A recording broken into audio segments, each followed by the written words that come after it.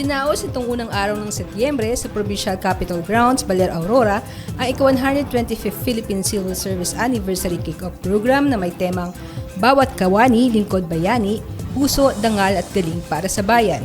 Nagsimula ang programa sa pagtaas ng pambansang watawat ng Pilipinas na sinundan ng panunumpa at sama-samang pag-awit ng Bagong Pilipinas Hymn, awit ng Serbisyong Sibil at Aurora Hymn.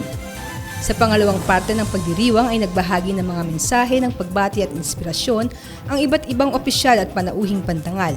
Sinimulan ito sa pagbati ni President Ferdinand Bongbong Romualdez Marcos Jr. na binanggit ni Vice Governor Engineer Isidro P. Galban.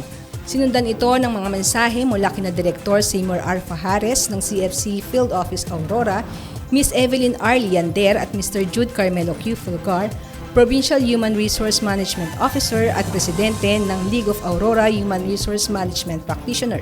Nagpahayag din si Vice Governor Engineer Isidro P. Galban at natapos sa mensahe ni Governor Reynante A. Tolentino sa pamamagitan ng kanyang Executive Assistant na si Reynante K. Tolentino Jr. Bilang huling bahagi ng programa, isinagawa ang ceremonial display ng anniversary banner na sumisimbolo sa patuloy na dedikasyon ng mga lingkod bayan sa pagbibigay ng tapat, marangal at mahusay na serbisyo publiko. Ako si Lynn Robles, nag-uulat para sa PJ in Action, all-out serbisyo ng Kapitolyo para sa publiko.